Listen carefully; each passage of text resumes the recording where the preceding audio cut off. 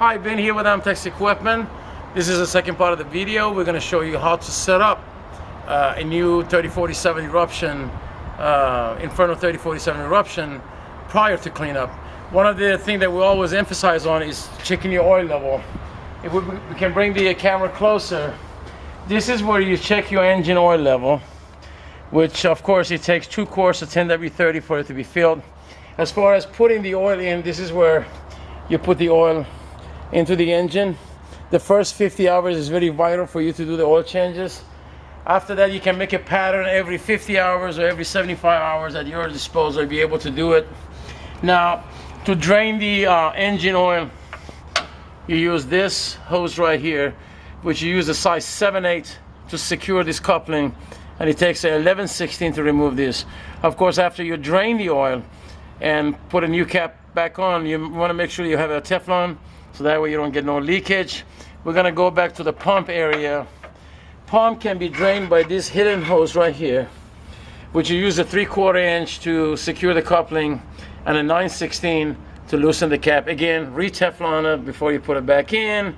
And in order to check your oil level on your pump, you use this right here, which as you remove the oil dipstick and you touch the bottom part of the dipstick, you should be able to see a droplet of oil on your finger. Now, we come to the blower. Blower is one of the parts on any machine that doesn't need oil changes frequently, but what we use inside of our blowers for past 17 some years, we use 75W80 gear oil. This is where you fill the oil. This is your level, and this is your drainage. Again, to drain the oil, you loosen this one, re-Teflon it, put it back, and then you open this, Teflon it, put it to the side. Then you come back and start putting oil in here, about 14 ounce of 75W80. Once the oil start coming out of here, that's enough. Just put the plug back in, put the cap back on, and you're ready to go. Now, coming to the front, there are 2 cutouts here that allows you to do your greasing of your blower. However, if it's kind of hard for you to get into them, you'll be able to remove these 4 nuts, remove the box. You'll be able to clean up the excessive grease, and then freshen it up. How often you do the greasing? Again, every 50 hours. Now, if you come to the right side of the machine, there are a couple of valves. The position of these are very important. Number one, this is your demo discharge valve, and the valve right after it, it has to be exactly the way it is, pointing towards the outside. That means fully open. This is for us to be able to help you troubleshoot your machine in case if you lose pressure on the job site. Now, if we come down here, there is another valve which is designated as dripper valve. This is what we're going to set up and make sure it's dripping into the tank before we start the machine. How do we do it? Follow me. Now, over here again, your tank will be separated by loosening these 2 stainless steel unions. Pick up the whole entire top, put it somewhere safe.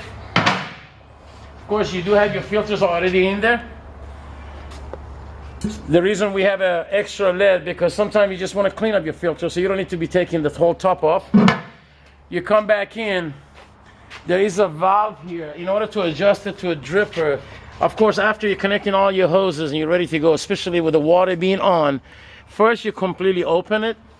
If we go inside of the tank, you'll be able to see water pouring into the tank. Now, all I'm going to do, I'm just going to reduce it down to a small flow. Couple of try and error going back and forth, you should be able to get it exactly the way it's supposed to be. A little bit lower. Almost there.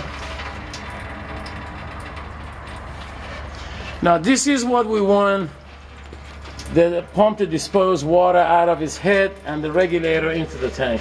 The jet right next to it, this is your demo discharge. This is the one that slows down the heat discharge of the heat exchanger. That way it keeps them hot all the time. Now, you do have in the center, which is your float valve, and if you raise it, it will give you a good 85, some 90% capacity of the tank full before shutdown. So you do have 2 ports. One got to be a dripper. If you take a look right here, now that's very important. We're gonna go ahead and put the top back on.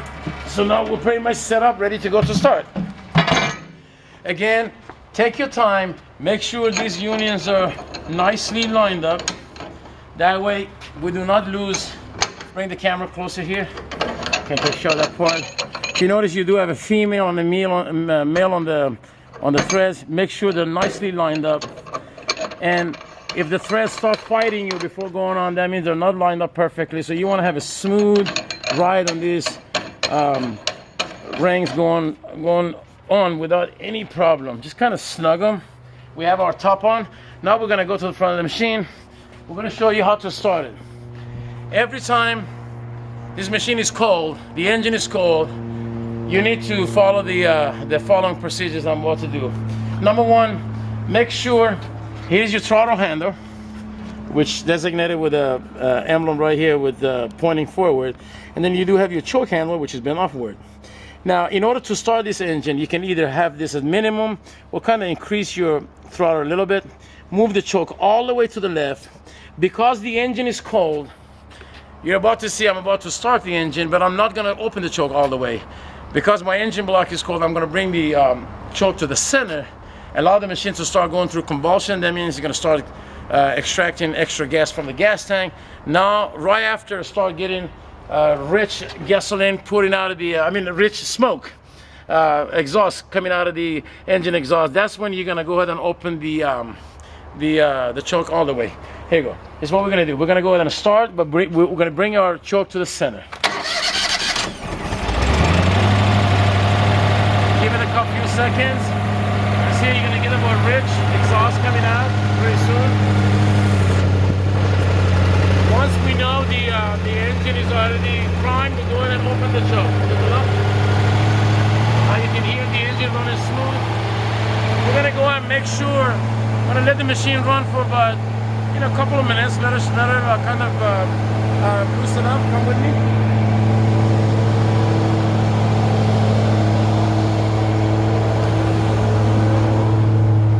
In order for this system to heat water, you have to allow it to run about a couple of minutes ahead of you start using the one. But one of the areas you want to make sure it's shut is going to be your valve on your one.